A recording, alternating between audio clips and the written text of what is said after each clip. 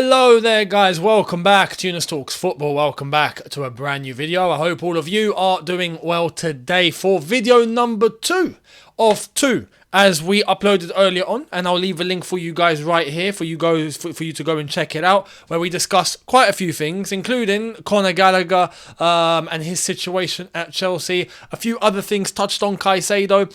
You can go and watch that, basically, if you want. Pause this, head over there, watch that. Or, like I always say, in the second video of the day, if you're weird and lopsided and you want to do it the other way around, whatever floats your boat. You do you. Now, talking about you doing you, Chelsea looking like they want to be themselves right now, which is good. But in relation to this, there's people that have an issue and we have to clarify the situation. So, let's see what the latest is. And this is in regards to Trevoh Chalobah. What's going on? Here it is. Sam C345 on Twitter, right? I'll get to that source in a sec. Sources inform me that Chelsea are now pushing the sell of Trevoh Chalobah. The player never requested to leave. Same with Conor Gallagher. The owners want to sell both of them. Talks between Inter and Chelsea for Trevoh are advancing. This is a weird scenario. With Conor Gallagher, I can understand it to an extent, all right? And we've already clarified that, so there's no point revisiting. If you want to go and get the opinion, go and check out video number 1. But with Chalobah, if we had everyone available and everything as we wanted, then okay, yes, I understand it. But we have to remember Fofana is out. So the only way that I look at this as being feasible is if we're going to go and get a defender. But the thing is, we've not heard a thing about a central defender. And some would argue we've got enough defenders. So I'm not so sure on this one. Although this source, right, I'm going to show you it again.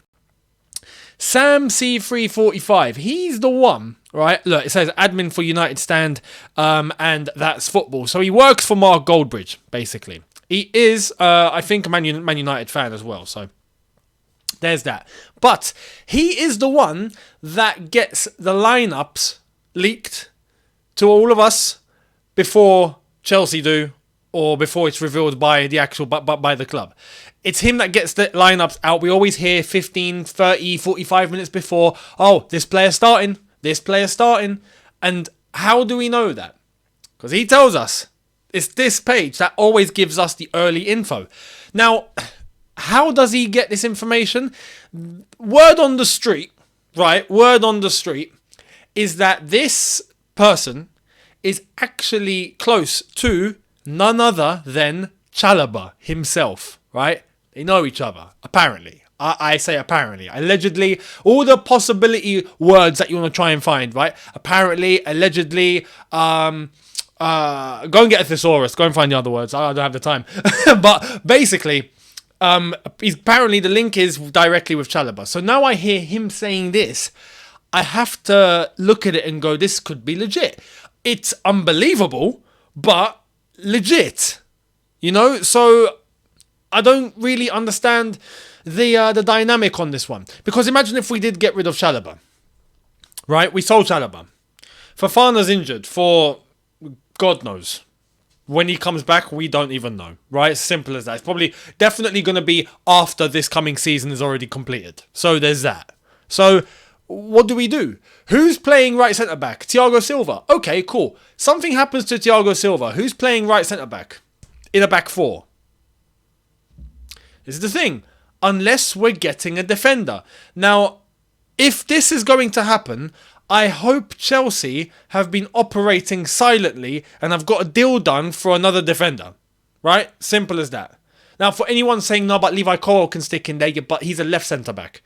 And to just stick someone like that as a right centre-back, yes. Look, me personally, I don't see the issue, especially as a central defender, whether you're playing on the left or you're playing on the right. But football now has got so specific and the details are so crucial. The time is measured by milliseconds now in terms of reaction, time on the ball, the pass to make, the reaction time. Like, it's so precise that you can't risk someone that plays on one side to come over to the other side, even though it's the same area of the pitch. You can't. You can't. Because it could be that fraction of a second that costs you a goal and costs you a game. That's how specific it has become. Right? Another example. You start the build-up play. Goes from the goalkeeper to the defender. You stick a left-footed central defender in the right centre-back role. What happens? He's facing the defender. He's facing the goalkeeper. He's got to control it with his right foot. He's not exactly going to use the outside of his left foot to control it, because that can go very wrong. It's those slight details, you know? It's crazy. It's crazy. Back in the day, that wasn't a problem. Now, it's become a problem. So you have to think of those things, which is why we have to be so specific. You play like a Levi Colwell, for example, you're not going to stick him right centre-back. You're going to keep him left centre-back. So, we've only got Thiago Silva. What are we going to do? There is the whole link with Mark Gurhey, but that's gone cold.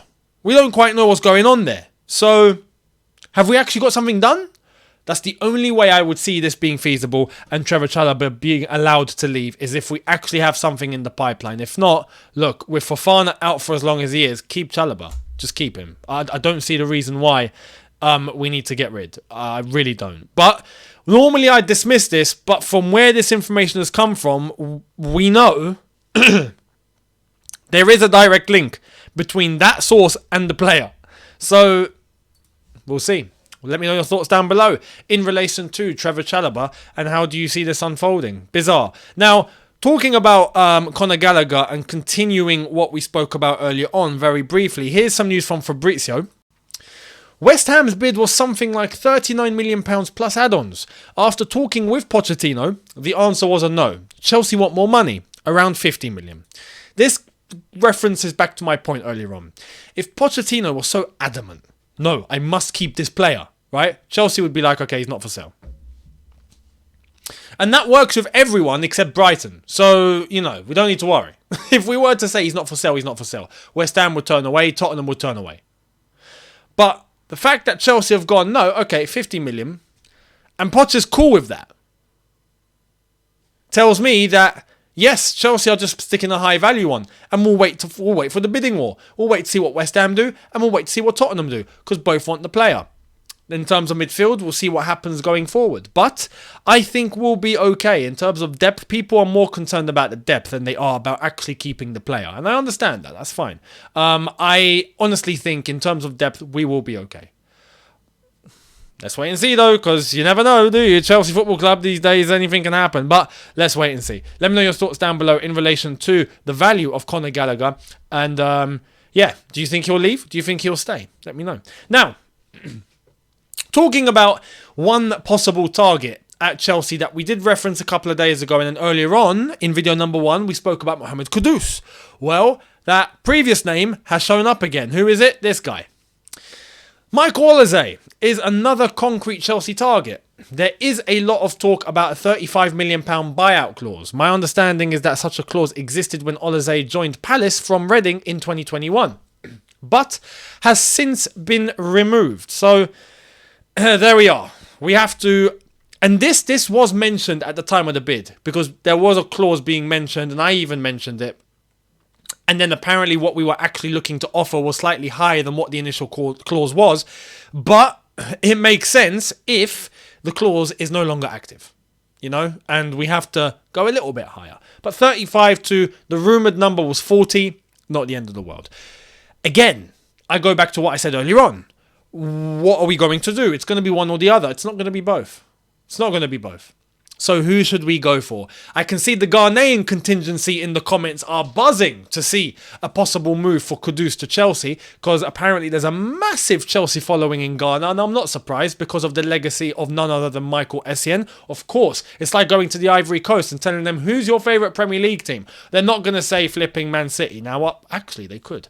Some could. Some could. I just remembered Yaya Toure. No, but listen, Drogba. The legacy of Drogba. And Drogba over there in the Ivory Coast is a national hero. So it's completely normal to see the Ghanaians reacting this way. I support it. Big up to all of you in the below. And yeah, when it comes to Kudus, Olise, who's it going to be? If it is going to be one of them, or do you still have faith for Shirky?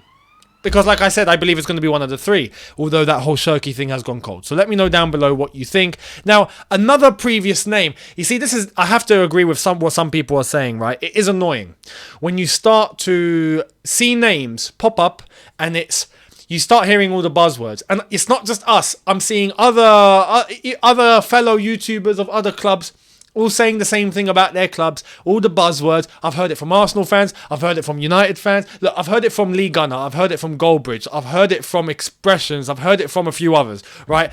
Everyone is of the same flipping phrase. Look at all the buzzwords we're hearing. We are linked. We're getting a deal done. Personal terms are close. We are monitoring. We are observing. We are looking for. We are approaching. We are all these words, right? It's everybody. We all suffer from this. And then after a while, a link goes cold and you forget about that player. And then 1 month later, his name pops up again. So this is a situation that we're in regards to this player. Let's check this out. Chelsea tamed their Romeo Lavia interest slightly after being quoted north of £50 million for him. One source even said closer to £60 million. The below screenshot from at SPTC start of this month goes on to explain why they were liked. He was liked by Chelsea, and Chelsea did make contact, but the whole fee of 50 million was where Chelsea decided to basically call it a day. Now, this references the latest that happened with Lavia today from David Ornstein, which was Southampton have turned down opening offer from Liverpool for Romeo Lavia. LFC proposal, thought to be worth around £37 million, rejected by the Saints as they seek fee in region of £50 million. Personal terms for the 19-year-old Belgian midfielder, not an issue. I do firmly believe he will go to Liverpool. 50 million though. I have to agree with Chelsea on this. Come on. Again, this is a knock-on effect. So Rice went for 105. Therefore, Brighton are looking at this and going, no, Caicedo must go for 100. Therefore, Southampton are now looking at that and going, nah, he's got to go for 50. You know what I mean? It's a knock-on effect. This is what happens. But I think a deal will be done if the difference in between the two values is 13 million. Southampton are relegated. They are in the Championship. I think they will happily accept 45 if it came to it. They will. Come on. Unless if they really think they can keep the player. But Lavia, I think, would happily move to a Premier League team of that magnitude, Liverpool or a Chelsea, or he would, instantly. So I expect this to go through. But look, if Chelsea initially had the interest and they were quoted 50 and they weren't happy to do that, right? Are Liverpool going to be happy are Southampton going to happily accept Liverpool's, let's say, 43 or 45 million pound offer? Or are they going to stick to 50 and go, no, it must be 50? If not, Chelsea would still be showing interest. Surely if there was a way of being able to bring that fee down, Chelsea would still be in the conversation, but we're not. And this goes back to the previous point of earlier on, where we hear links and we hear names. It's not to say it's rubbish. There are links, there are conversations, there are things that happen. It does come close, but sometimes it just collapses. Sometimes it just ends. Sometimes one party goes no. Sometimes things just happen and then you have to move on to the next guy. That's the reality of the market in the football world. That is just it. It would be ideal if all of us just went, all right, we want that player, they want that player, they want that player, and we all got our players, right? It would be fantastic, but that's FIFA. You know, and not even FIFA nowadays or Football Manager. Back in the day, you could just get whoever you wanted. Even now, you get turned down, they walk away from negotiations. That's in a game. Can you imagine in real life? So it is what it is. With Lavia, though, I do think because of Southampton's situation, if they were still in the Premier League, I think this might not happen. But because they're in the Championship, they'll take what they can get eventually. Again, just like Brighton. The Brighton are miles ahead of Southampton. But I mean, eventually, these sort of clubs, right? I appreciate the difference in levels between Brighton and Southampton. But eventually, clubs hit a threshold where they just have to accept. Either it's because of the amount of money that's involved and it's close to the valuation, or time. Deadline day's approaching. Are we going to get this at least, or are we going to get nothing? That's what it comes down to. So eventually I do think Lavia will join Liverpool. We'll see when and we'll see what happens. But yeah, I know some Chelsea fans would like Lavia. Do you still want Lavia? Do you still think we should take him? Let me know down below if you think we should. Now this is a problem. This is a problem. What I'm about to show you is a problem. Call 999. I'll explain why. I'll explain why we have to call 999. If you're in the States, it's 911. If you're elsewhere, I don't know. Call the police. Basically, this is why. Here it is. This is from the Mail. Mail Sport saying Chelsea are unlikely to have any issues with the transfer fee and wage packet Kylian Mbappé demands. All right, listen. Either two things have happened here, right?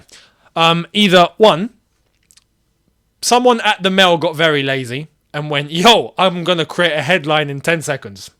Okay, Chelsea can afford Mbappé. Done. Fantastic. Write it down.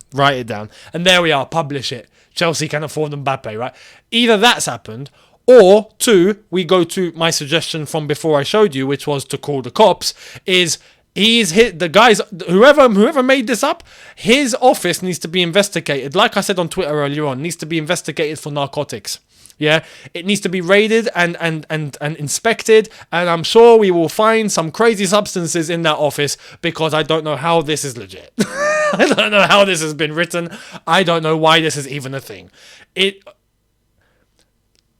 Anyone and their mother can easily tell you right now, this is rubbish. Chelsea cannot. Chelsea can pay the transfer fee. I will stick to that, yes, but they cannot pay the wage back. What, Chelsea are going to pay 700 million euros a year? You know what? Let's cut it in half. Chelsea are going to pay 350 million euros a year. You know what? Let's cut it in half. Chelsea are going to pay 175 million euros a year. That's a quarter of what we mentioned the actual value to be. And even then, Chelsea will be pulling their hair out and going, you're crazy. So whoever made this needs to be investigated. That's all I'm going to say on the matter.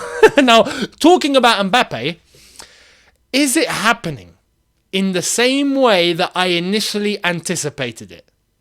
I told you guys when the whole Mbappé thing came out that there's one fundamental issue. Even if he thinks, I want to win the Ballon d'Or, I want to win these trophies, I'm not going to do it in Saudi, right? There's one factor that we have to remember. And I did mention about his agent, didn't I? Who's his agent? His mum. Right, okay. His mum and his dad are close to his affairs. They manage him very, very much, let's say, right? It's their responsibility, specifically his mum, because she is his agent. So, here it is. This is coming from a very, very big Al Hilal page. 3 million followers on these lot. Here it is. Now, this is in Arabic, but this was breaking news earlier on today. Translated to, apparently Di Marzio has been quoted as saying, Al Hilal's offer to Mbappé is 400 million euros annually.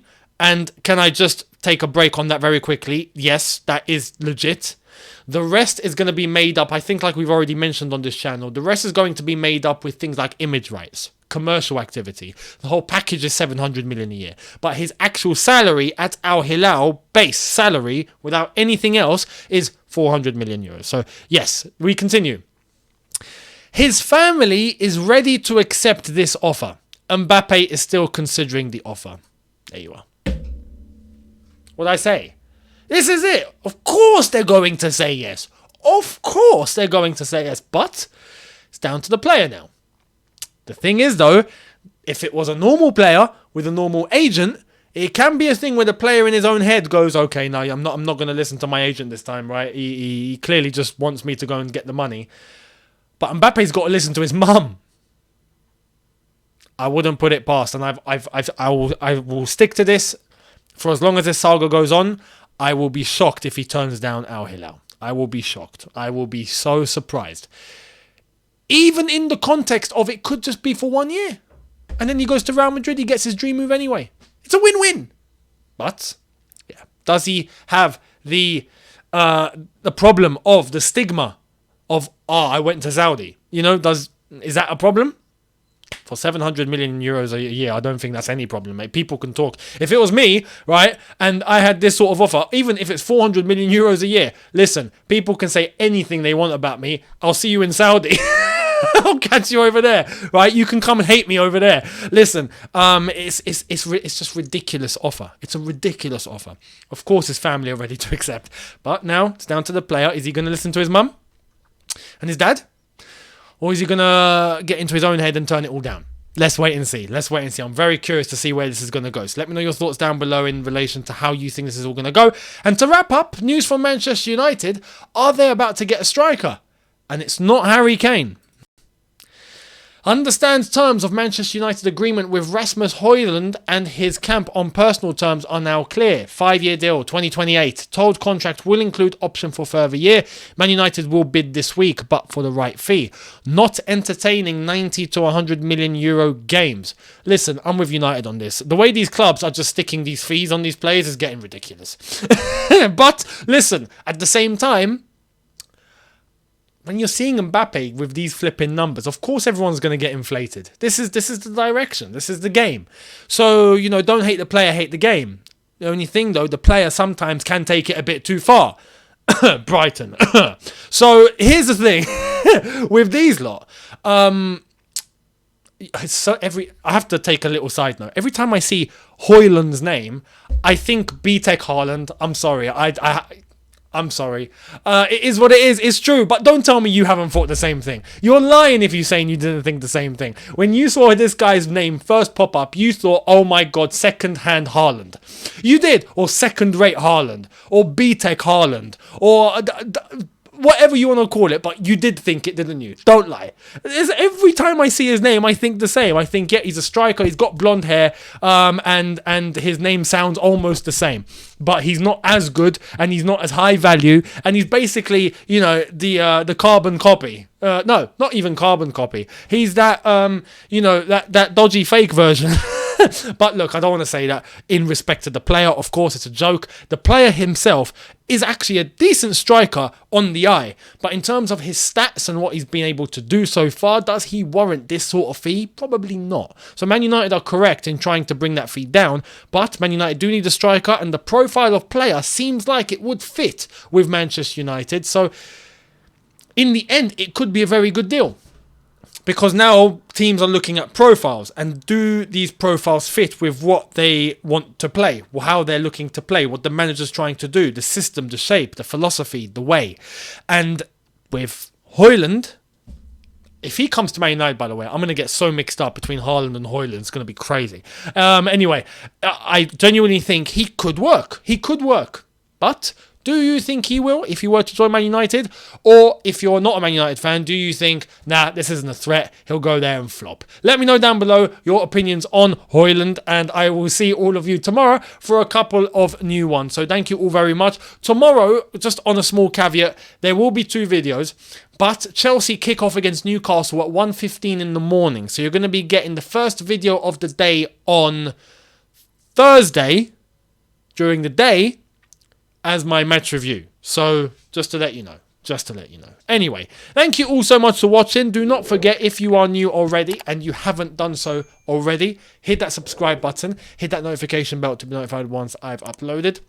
Check out the social media links in the description. They are on screen for you right now as well. Instagram at Younes Talks Football. Twitter at Talks Football. It goes down there, as Drogbaba always says. And TikTok at Younes Talks Football too. And my second channel, link in the description, Younes Talks. New video uploaded there yesterday. New video could be dropping there tomorrow as well. So keep your eyes peeled on that one. And I will see all of you tomorrow for a couple of new ones. So thank you all so much. I'll see you then. Take care, people. In a bit. And peace.